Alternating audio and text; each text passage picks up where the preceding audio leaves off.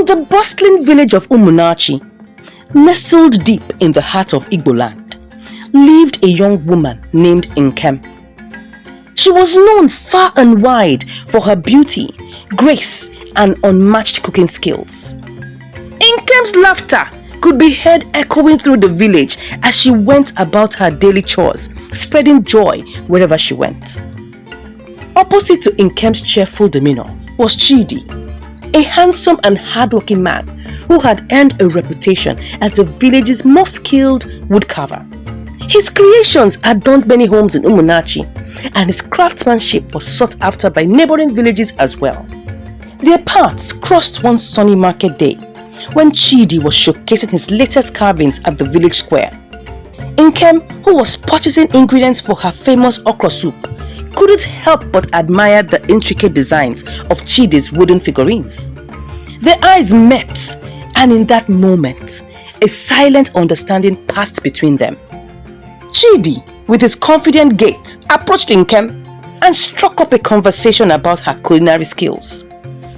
Intrigued by his charm and impressed by his work, Nkem found herself drawn to him. They talked for hours, exchanging stories about their lives, dreams, and the rich Igbo culture they both cherished. As time went by, their bond grew stronger, and whispers of their budding romance spread throughout Umunachi. Elders in the village nodded approvingly, foreseeing a union that would strengthen ties between two prominent families. Despite their growing affection, challenges loomed on the horizon. Nkem hailed from the affluent Okonkwo family, known for their successful trading ventures, while Chidi's roots traced back to the humble Ude family, respected for their craftsmanship but lacking in wealth compared to the Okonkwos. Obinna, Nkem's protective older brother, voiced concerns about their differing social statuses. He feared that their marriage might bring shame to the Okonkwo family or cause rifts within the community. However, Nkem remained steadfast in her love for Chidi, believing that their bond could overcome any obstacle. On the other hand, Ugomma, Chidi's trusted friend, stood by his side, offering unwavering support. She understood the depth of Chidi's feelings for Nkem and believed that their union could bridge gaps between families and showcase the true essence of love and unity. As preparations for a grand traditional marriage ceremony began, whispers of envy and jealousy emerged from unexpected quarters. Hidden agendas and secret alliances threatened to cast shadows over the joyous occasion, setting the stage for unforeseen twists in Nkem and Chidi's love story. The vibrant village of Umunachi buzzed with anticipation as the day of Nkem and Chidi's traditional marriage ceremony approached. The air was filled with the aroma of roasted yam and palm wine, signaling the joyous celebration that awaited. Amidst the festivities, hidden tensions and looming secrets threatened to unravel the happiness of the young couple. The morning of the traditional marriage dawned with clear skies and a festive atmosphere. Adorned in colorful traditional attire, Nkem and Chidi radiated happiness as they prepared to exchange their vows before their families and the entire village. Obinna, though still hesitant, couldn't deny the genuine love between his sister and Chidi, silently praying for their happiness. As the ceremony commenced, with rhythmic drum beats and joyful chants filling the air, unexpected guests arrived at Umunachi. Among them was Adaobi, a distant cousin of Nkem from a neighboring village. Her arrival stirred whispers among the villagers, as Adaobi was known for her cunning nature and ambitions that often clashed with traditional values. Adaobi's eyes gleamed with curiosity and a hint of mischief as she observed the festivities. She had heard of Nkem's upcoming marriage to Chidi and saw an opportunity to advance her own agenda, hidden behind a facade of familial concern. With a charming smile and carefully chosen words, Adaobi maneuvered her way into the conversations, planting seeds of doubt and jealousy among those who cared to listen. Ugomma, who had been overseeing the preparations with diligence, sensed Adaobi's underlying motives, but chose to remain silent. her mind preoccupied with her growing feelings for Chidi. Unknown to her, Chidi's heart was solely dedicated to Nkem, and any affection he showed Ugomma was that of friendship and camaraderie. Meanwhile, Ezeugo, the wise elder of Umunachi, observed the unfolding events with a watchful eye. He sensed the brewing tensions and understood the delicate balance between tradition and personal desires. Ezeugo knew that the path to true harmony required wisdom and diplomacy, especially in the face of hidden agendas and unspoken rivalries. As the traditional rites progressed, a sudden commotion disrupted the joyous atmosphere. A messenger arrived from a distant village bearing news that sent shockwaves through Umunachi. The message carried bad news of a long-standing dispute between the Okonkwo and Ude families dating back generations. Hidden resentments and unresolved conflicts threatened to cast a dark shadow over Nkem and Chidi's union. Obinna's brows furrowed in concern as he listened to the messenger's words, realizing the weight of the ancestral feud that now loomed over his sister's happiness. He exchanged worried glances with Nkem, who remained resolute in her love for Chidi, but couldn't ignore the gravity of the situation. Ezeugo, called upon to mediate the escalating tensions, summoned representatives from both families to a council meeting in the center of Umunachi.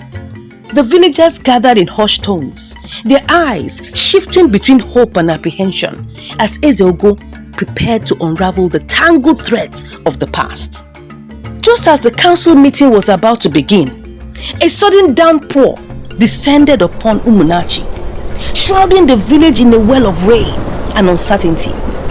The villagers whispered of the god's displeasure, sensing a divine warning amidst the turbulent events unfolding.